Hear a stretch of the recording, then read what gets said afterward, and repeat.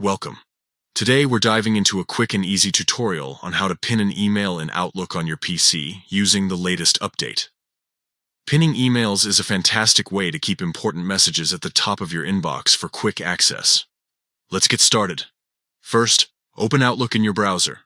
This method works seamlessly with the web version of Outlook, so make sure you're logged in and ready to go. Once you're in, head straight to your inbox where all your emails are displayed. Next, locate the email you want to pin. Hover your mouse over the email. This will reveal a set of icons on the right-hand side of the message. Among these icons, you'll see a small pin icon. This is the key to keeping your email at the top.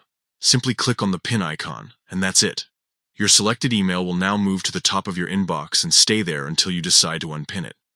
This feature is especially useful for prioritizing tasks or ensuring you don't lose track of critical information amidst a busy inbox. If you ever need to unpin the email, just hover over it again and click on the pin icon once more. The email will return to its original position within your inbox. And there you have it. A straightforward way to manage your emails more effectively using Outlook's pin feature. Try it out today and take control of your inbox like never before.